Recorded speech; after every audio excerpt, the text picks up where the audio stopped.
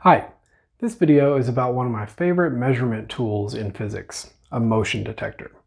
In physics, we try to measure things because we want to understand the world, and measurement leads to knowledge, and knowledge leads us to a richer life. In this video, I want to show you how this motion detector works. This one is called a sonic motion detector because it emits sound waves that are ultrasonic.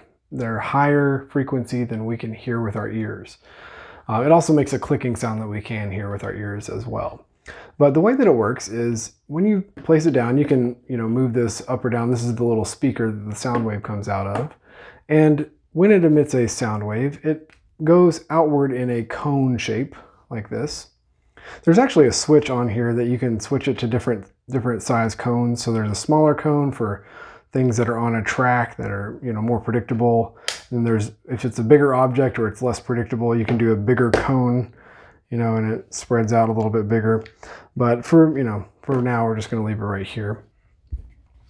And the way that this works is whenever a sound pulse, a wave is sent out in a cone, a clock starts inside the sensor. And the sensor will record the time it takes for that sound wave to travel to an object. I have a little car right here.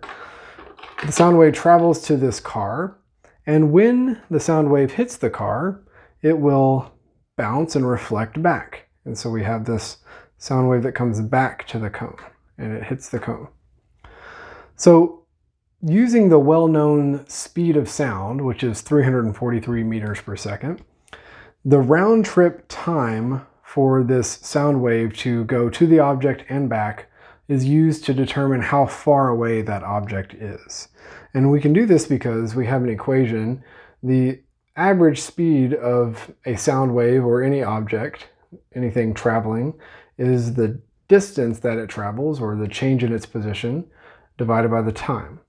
Now, if we multiply both sides by time here, we can solve for the distance or the position of an object. And the position of an object is equal to the average speed multiplied by the time. So the distance that the sound wave travels, delta x here, is equal to 343 meters per second multiplied by the time that it takes to travel. And so this is going to give us the total distance that the sound wave goes, but if you divide that in half, it'll give you the distance to the object. Okay, so this is kind of the way that this device works. It tracks where the position of this object is based on how far the sound wave has to travel and get back. And because sound waves are so fast, this whole process right here is done in milliseconds. So the position of an object can be known almost instantly. So for example, if the object is further away, of course, it's going to take more time for that sound wave to travel. So it'll go to the car, hit the car, and then bounce back. So it might take, 2 seconds for this to happen rather than 1 second. Well, in reality, maybe 10 milliseconds versus 5 milliseconds. And so this difference in timing can be used to determine how far away an object is from the sensor. And so because these sensors can do this so quickly, this whole process in just a few milliseconds, you can do this multiple times per second. And these sensors can go, dozens of times per second, giving you sort of a live feed of the position of an object and any changes in the position that might happen. So how do you deal with all this data coming in? You have tons and tons of position data for an object. What do you do with that? Do you put it all in a table? You can, but the best way to organize this plethora of data is to graph it on a position versus time graph. And this sensor works with an app or a software program called Graphical Analysis. This one is made by Vernier, and so the program that they use is called Graphical Analysis. So once we get this all connected, you can see we've got this green light here, and you can hear a little clicking sound. I don't know if that's coming through on the microphone or not, but I'm going to use this, this graph here to show you how it works. And I'm going to flip this up here, and we're going to use this car as our object. I'm going to line up the cone of sound with this car. And I want to show you when I hit collect what happens to this, this motion detector and the graph that it produces.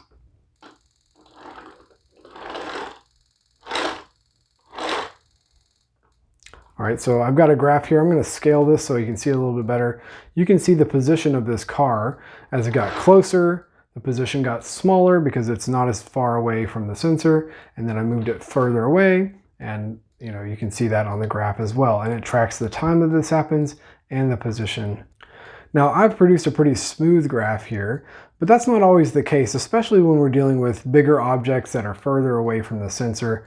So I'm going to do this again, but maybe have some intentionally bad data. I'm going to point this cone down a little bit, and you can see kind of what happens. I'll point it up actually, whenever we are not collecting the data as we should exactly. Okay, now we're getting a little bit more noise in here. You can see some spikes. Now the data overall is not too bad, but I can tell right away it's not as smooth. You can see some spikes here in the data. One reason for that is the way that my hand was positioned this time. I had my fingers like on top of the car as I was moving it back and forth. So I'm sure that my fingers were influencing the position reading, and maybe my fingers weren't so still. There's other things that could have happened as well, like the sound wave might bounce off at different angles because it's not a smooth, flat surface. And also, this is kind of pointed up a little bit, so it might be heading over the car and hitting the wall behind it. There's another thing that can happen too. If you're reading the position of an object and you put something in front of that sensor, then it's going to jump down to a small position really quickly because it doesn't know that it's not the car anymore. It just knows that the sound wave is bouncing back a lot quicker. Another thing that can happen too, if I veer off of the track here, off of the sound cone, I want you to see what happens as well. So you notice that as soon as I leave that cone of sound, then suddenly the position jumps up. And that's because it's no longer detecting where the car is, but where the wall is behind here. So there are some things that you got to watch out for when you're using these devices, because if you're not careful, it could lead to some confusing data on your position time graph. But that's all I've got for you in this video. Remember, how you do anything is how you do everything.